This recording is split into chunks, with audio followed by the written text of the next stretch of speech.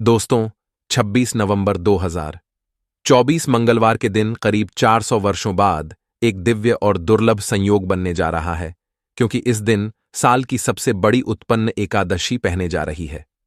उत्पन्न से शादी विवाह प्रारंभ हो जाते हैं। दोस्तों, यह एकादशी मंगलवार के दिन पड़ रही है, जिस वजह से इस दिन 3 बड़े योगों का निर्माण हो रहा है, जो कि है धन, लक्ष्मी योग, अमृत सिद्ध योग और गज केसरी योग। दोस्तों, इन 3 योग के निर्माण की वजह से भगवान विष्णु और महालक्ष्मी की असीम कृपा बरसने वाली है। और अगर इस दिन आप चुपचाप किसी को बिना बताए स्वास्थ्य से जुड़ा यह अचूक उपाय कर लेते हैं, तो आपकी सभी समस्याओं का हल संपूर्ण रूप से हो जाएगा। दोस्तों, एक साल में करीब 24 एकादशी पड़ती है और 26 नवंबर 2024 मंगलवार को देव उठनी एकादशी सभी एकादशी में से सबसे बड़ी मानी जाती है। इस दिन स्वास्थ्य से जुड़ा यह अचूक उपाय आपकी हर परेशानी को कर देगा, चाहे वह धन को लेकर हो या सेहत या संतान की प्राप्ति को लेकर। इसीलिए दोस्तों, वीडियो को आखिर तक जरूर देखें। और दोस्तों, अगर आप भी अपने जीवन में भगवान श्री हरि विष्णु की कृपा पाना चाहते हैं, तो इस वीडियो को लाइक करके कमेंट में जय श्री हरि जय मां लक्ष्मी लिखना ना भूले। दोस्तों, उत्पन्न एकादशी का दिन श्री हरि विष्णु को और भोलेनाथ को समर्पित है। इस दिन जगत के पालनहार श्री हरि विष्णु अपनी 4 महीने की योग्य निद्रा से जागते हैं। इसके बाद से ही सभी मांगलिक काम आरंभ हो जाते हैं। इसके अलावा एकादशी भगवान विष्णु को प्रसन्न करने के लिए भी बेहद उत्तम मानी जाती है। इस दिन भगवान विष्णु को प्रसन्न करने के लिए कुछ लोग व्रत रखते हैं और पूजा करते हैं। इस दिन सच्ची श्रद्धा और भक्तिभाव से भगवान विष्णु की पूजा करने से सभी मनोकाम पूर्ण होती है। दोस्तों, स्वास्थिक अत्यंत प्राचीन का भारतीय संस्कृति में कल्याण का चिन्ह समझा जाता रहा है। इसीलिए कि किसी भी शुभ काम को करने से पहले स्वास्थिक चिन्ह अंकित करके उसका पूजन किया जाता है। मान्यता है कि ऐसा करने से कामों में सफलता मिलती है, क्योंकि स्वास्थिक के चिन्ह को शुभता का चिन्ह समझा जाता है। इस तरह स्वास्थिक का अर्थ अच्छा या मंगल करने वाला ऐसा बताया गया है। मेन वर्णित है स्वस्तिक सर्वदा रुद्र, अर्थात सभी दिशाओं में सबका कल्याण हो। इस तरह स्वास्थ्य एक शब्द से किसी व्यक्ति या जाति विशेष का नहीं, परंतु संपूर्ण विश्व के कल्याण या वासुदेव की भावना निहित है। किसी भी शुभ काम को करने से पहले गणेश जी का नाम लेते हैं, और हिंदू धर्म में स्वास्थिक को गणेश जी का भी प्रतीक समझा जाता है। वैसे तो किसी भी शुभ काम को पहले स्वास्थिक बनाकर ही थाली में रखते हैं और पूजा करते हैं, क्योंकि ऐसा करने से में खुशियां बढ़ती हैं। स्वास्थिक में 4 तरह की रेखाएं होती हैं और इनका आकार भी एक समान ही होता है। रावेद की भाषा में स्वास्थिक को सूर्य का प्रतीक समझा गया है और उसकी 4 भुजाओं को उपमा दी गई है। पौराणिक मान्यता है कि 4 दिशाओं यानी पूर्व, पश्चिम, उत्तर, दक्षिण की ओर यह 4 भुजाएं इशारा करती हैं, और हिंदू धर्म में इनको 4 वेदों से जोड़कर भी खा जाता है, यानी ऋग्वेद, यजुर्वेद, अथर्ववेद और सामवेद। स्वास्थिक की 4 रेखा सृष्टि से रचनाकार भगवान ब्रह्मा के 4 सिरों को दर्शाती हैं, और 4 पुरुषार्थ यानी 4 आश्रम, 4 लोग, 4 देवों यानी ब्रह्मा, विष्णु, महेश और गणेश की तुलना भी की गई है। इसके मध्य में जो बिंदु है भगवान विष्णु की नाभि मानी जाती है, जिसमें से भगवान ब्रह्मा प्रकट होते हैं। और स्वास्थिक की 4 रेखाएं एक घड़ी की में चलती हैं, जो संसार की सहीदी में चलने का चिन्ह है। यह है स्वास्थ्य महत्ता। इस एकादशी दिन घर के मुख्य द्वार पर शुभ मंगल चिन्ह स्वास्थिक स्वरूप बनाएं। आप चावल और कुमकुम की सहायता से बना सकते हैं, चावल और हल्दी के घोल से बना सकते हैं, या फिर कुमकुम यानी सिंदूर और घी, सिंदूर और तेल मिलाकर के भी बना सकते हैं। ऐसा करने से वास्तु दोष दूर हो जाता है। इससे मनोकामना हो कि पूर्ति हो जाती, घर से क्लेश, कलह, बेचैनी दूर हो जाती है। तंत्र मंत्र क्रिया से भी रक्षा होती है। इसे शुभ काम के पहले अंकित किया जाता है, क्योंकि स्वास्थिक को मान, सम्मान, सफलता और उन्नति का प्रतीक समझा जाता है। स्वास्थिक हर दिशा से देखने पर एक ही सम्मान लगता है। आपने उल्टा स्वास्थिक की देखा होगा, परंतु उल्टा स्वास्थिक के उपाय अलग होते हैं और सीधे स्वास्थिक के उपाय अलग होते हैं। अगर जीवन बहुत परेशानी हो तो एकादशी के दिन तांबे या चांदी का स्वास्थिक प्राण प्रति करवाकर घर की चौखट पर लगवा दो। बाजार से अलग अलग साइज के मिल जाते हैं। उसे लाकर पूजा घर में रखकर पूजा करें। इससे घर में लक्ष्मी का वास हो जाता है। लक्ष्मी प्राप्ति हेतु चांदी का स्वास्थिक नवरात्रों में भी लगाया जाता है, परंतु सबसे अच्छा है कि सिंदूर और घी या तेल मिलाकर के यह या फिर चावल और हल्दी के घोल से बना दे के मुख्य द्वार पर स्वास्थिक बनाते हैं तो ज्यादा बड़ा मत बनाइए। 9 अंगुल से बड़ा बिल्कुल नहीं होना चाहिए। 3-4 अंगुल का बना यह उत्तम होगा। अगर आपके घर के सामने पेड़ या खंभा है तो वास्तु दोष उत्पन्न होता। ऐसे में वास्तु दोष के प्रभाव को स्वास्थिक रोकता है। स्वास्थिक का चिन्ह देवता को प्रसन्न करने के लिए खासकर बनाया जाता है। एकादशी तिथि पर आप थाली में या चौकी पर स्वास्थिक बनाकर उस पर मूर्ति करते हैं तो देवता प्रसन्न हो जाते हैं। आप चाहे तो घर के मंदिर में इष्ट देवता के पास स्वास्थ्य का चिन्ह रख सकते हैं। तो दोस्तों, स्वास्थिक के कौन कौन से उपाय घर में लाते हैं, धन प्राप्ति कराते हैं, जानते हैं इस वीडियो में। परंतु दोस्तों, उससे पहले आपसे रिक्वेस्ट करते कि वीडियो को लाइक जरूर करिएगा, दोस्तों को शेयर कर दीजिएगा, और अगर अभी तक आपने चैनल को सब्सक्राइब नहीं किया है तो चैनल को सब्सक्राइब करके बेल जरूर दबाइए। दोस्तों, इस एकादशी पर मुख्य द्वार की दहलीज के दोनों तरफ स्वास्थिक का चिन्ह बनाकर उसकी पूजा करें। स्वास्थिक पर चावल की ढेरी बनाएं और एक एक सुपारी रख दें। तो ऐसा करने से अपार धन की प्राप्ति होती है, कामों में सफलता मिलती है। इस एकादशी के दिन नहाने के पानी में तुलसी का पत्ता या बेलपत्र डालकर नहाई।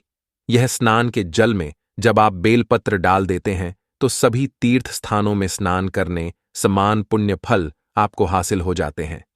आप चाहे तो मेकुशा घास भी डालकर नहा सकते हैं। एकादशी पर भगवान श्री हरि विष्णु जी के साथ ही माहौल लक्ष्मी और भगवान शिवा की पूजा करें। इस दिन इनके संयुक्त पूजन से आपके जीवन की सारी परेशानियां समाप्त हो जाती हैं। इस दिन आप अपने घर के पूजा स्थान पर एक में कुमकुम से स्वास्थिक बना लें। स्वास्थिक के ऊपर थोड़े से अक्षत और एक सुपारी रख दें। इसे 21 दिन तक वही रहने दें। बाद में सुपारी को उठाकर की मूर्ति के पास रख दें। 2 दिन तक यह बने रहने से आपके जीवन में कभी धनन की कभी कमी नहीं होती। इस एकादशी पर आप यह उपाय कर लेंगे तो लंबे समय तक यह आपको लाभ देता रहेगा। पितरों की कृपा पाने के लिए भी स्वास्थिक काम आता है। इसके लिए स्वास्थिक का चिन्ह घर के मुख्य द्वार के गोबर से बनाना चाहिए। इससे घर की सुख शांति बनी रहती है, पितरों की कृपा बरसती है। दोस्तों, कहा जाता है कि एकादश के दिन पीपल की जड़ में अगर 1 लोटे जल में 1 छुटकी काले तिल और थोड़ी सी शक्कर डाल जल अर्पित करें तो इससे पितृदेव की विशेष कृपा मिलती है और धन लक्ष्मी भी प्रसन्न हो जाती है। धन दौलत सुख समृद्धि यश मान सम्मान में वृद्धि होती चली जाती है। अगर आपकी कोई विशेष मनोकामना है, उस मनोकामना की पूर्ति के लिए आप एक विशेष उपाय कर सकते हैं। दोस्तों, कई बार लंबे समय तक हम किसी मनोकामना को लेकर चलते हैं, अनेक प्रयासों बाद भी पूर्ण नहीं हो पाती। ऐसे में एकादशी के दिन आप आसपास के किसी भी मंदिर में जाकर मंदिर की दीवार पर सिंदूर से उल्टा स्वास्थिक बना दें। मनोकामना पूर्ति की प्रार्थना भगवान से करें, जरूर पूर्ण हो जाएगी। और जब आपकी मन्नत पूरी हो जाए तब जाकर वहीं पर सीधा स्वास्थिक बना दें और भगवान को धन्यवाद दें। इस एकादशी पर भगवान श्री हरि की पूजा करेंगे तो उन्हें 2 हल्दी की गांठें जरूर अर्पित की और बाद में हल्दी की गांठ को पीले कपड़े में लपेटकर तिजोरी में रख दें। आपने पहले भी हल्दी की गांठें रखी हो है तो उसको ही पूजक वापस रख दे। दोस्तों, एकादशी पर विष्णु जी की पूजा में उन्हें केसर कमल का पुष्प के लिए गेंदे का फूल अर्पित करें। जिस थाल को आप गन्ने से बजाएंगे उस थाल में भी सिंदूर से एक स्वास्थिक का चिन्ह जरूर बना लें। उस स्वास्थिक के दोनों तरफ 2 खड़ी रेखाएं भी बनाएं। फिर उस थाली को हुए प्रभु को जगाए मंगलाचार कीजिए। यह स्वास्थिक का चिन्ह आपके जीवन की सारी परेशानी को दूर करेगा। जीवन में खुशी। इस एकादशी के दिन विशेष मंत्र का जाप जरूर करें। आप मंत्र का जाप कर सकते हैं या फिर विष्णु जी के महामंत्र ओम नमो भगवते वासुदेवाय का, इसमें से किसी भी एक मंत्र का जाप कर सकते हैं। जो भी मंत्र आसान लगे उसका जाप कर ले। इस एकादशी के दिन अपनी मनोकामना की पूर्ति के लिए यह उपाय कर सकते हैं। आप तुलसी में जब जल अर्पित करेंगे तब एक लोटे में जल लेकर उसमें छुटकी हल्दी, 2-4 बूंदे दूध, थोड़ी सी मिश्री और एक छुटकी अक्षर डालकर ही अर्पित करें। और शाम के समय तुलसी के समक्ष घी का दीपक जलाए। इस दीपक में एक सिक्का रख दें और बाद में इस सिक्के को उठाकर संभाल के रखें। तुलसी को विष्णु प्रिय भी कहते हैं, इसलिए देवता जब जागते हैं तो सबसे पहले प्रार्थना तुलसी की सुनते हैं। वैसे यह सिक्का रोज के दीपक में भी आप डालकर दीपक जला सकते हैं। ऐसा करने से एसस का सिद्ध हो जाएगा। फिर जब भी महत्वपूर्ण काम से आप घर से बाहर हैं तो इसके को साथ में रखकर निकले। आपको काम में सिद्ध जरूर हासिल मिलेगी। इस दिन दीपक का उपाय जरूर ही करें। एक दीपक घर के मुख्य द्वार पर अंदर की तरफ से या फिर पास के किसी मंदिर में, एक दीपक तुलसी के नीचे, एक दीपक अपने घर के पूजा स्थान पर इस दिन जरूर जलाए। पूजा के बाद आरती जरूर करें। आरती की थाल में कुमकुम से स्वास्तिक बनाकर उस पर फूलों की पंखुड़ी और थो अक्षत रखकर फिर दीपक जलाकर प्रभु की आरती करें, सर्वोत्तम होगा। परंतु याद रखें कि भगवान श्री हरि विष्णु को अक्षत अर्पित नहीं किए जाते, मां लक्ष्मी को अर्पित किए जाते हैं। अगर विष्णु जी को अर्पित करना चाहते हैं तो हल्दी से रंगा कर रर ही पी ले, अक्षत अर्पित करें। तो दोस्तों, विधि विधान से इस दिन पूजा आराधना करें, स्वास्तिक के उपाय जरूर करें और विष्णु जी के साथ ही शिवाजी और माता लक्ष्मी की असीम कृपा पा को बनाएं। दोस्तों, भगवान विष्णु की कृपा के लिए इस एकादशी के दिन स्नान करते समय पानी में एक छुटकी हल्दी डाल लें। इसके बाद स्नान करें और पीले रंग के वस्त्र धारण करके भगवान विष्णु की विधि विधान से साधना करें। इस एकादशी के दिन श्री हारिका सबसे पहले गाय के दूध से और फिर शंख में गंगा जल भरकर स्नान कराए। इसके बाद उन्हें पीले रंग के वस्त्र अर्पित कर कर मानता कि इस एकादशी के दिन ऐसा करने से भगवान विष्णु का विशेष आशीर्वाद हासिल होता है। इस एकादशी के दिन भगवान विष्णु की पूजा करते समय उन्हें केसर अथवा पीले चंदन या हल्दी का तिलक लगाए। साथ ही साथ भगवान विष्णु के प्रिय पीले रंग के फूल और पीले फल चढ़ाए। मान्यता है कि इस उपाय को करने से भगवान विष्णु शीघ्र ही प्रसन्न होकर भक्तों को मनचाहा आशीर्वाद देते हैं। आपके नजदीक भगवान विष्णु का ममर ना हो तो आप भगवान विष्णु के अवतार भगवान श्री कृष्ण की मूर्ति की भी पूजा करके इस एकादशी का पुण्य फल हासिल करें। ईश्वर की साधना आराधना में मंत्र जप का भी विशेष महत्व होता है। ऐसे में राम दरबार की तस्वीर अपने घर में लेकर आए और श्री राम दरबार की तस्वीर का पूजन करें, या उनकी मूर्ति या उनसे जुड़ी किसी तरह की कोई चीज आपके पास है तो आप उनका का पूजन करें। सारे देवी देवताओं का आपको आशीर्वाद मिल जाता है। हनुमान जी से लेकर सीता माता, भगवान श्री राम और अन्य देवी देवताओं का भी आशीर्वाद मिल जाता है। निश्चित तौर पर अपने घर के पूजा घर में एक साथ आप यह तस्वीर रख सकते हैं। इससे आपके जीवन में राज्य योग की हासिल हो सकती है। दोस्तों, इसी तरह यदि आप अपने घर के पूजा घर में या किसी अन्य स्थान पर यदि कोई तस्वीर रखना चाहते हैं और उसे लगाकर अपने घर में लाभ हासिल करना चाहते हैं तो अपने घर में या पूजा आपको निश्चित तौर पर त्रिदेव की तस्वीर या मूर्ति एक ही स्थान पर लाकर अवश्य रखनी चाहिए। ब्रह्मा, विष्णु और महेश, इन तीनों की संयुक्त से एक साथ तस्वीर अपने घर के मंदिर में या अपने घर में कहीं भी लाकर रख देनी चाहिए। समझा जाता है कि इन तीन देवताओं के एक साथ दर्शन करने मात्र से हमारे बड़े से बड़े विघ्न और बड़े से बड़े कर्ष ऐसे ही समाप्त हो जाते हैं। इसी वजह से तीनों की एक साथ में तस्वीर या मूर्ति लाकर आपको पूजा अवश्य करनी चाहिए।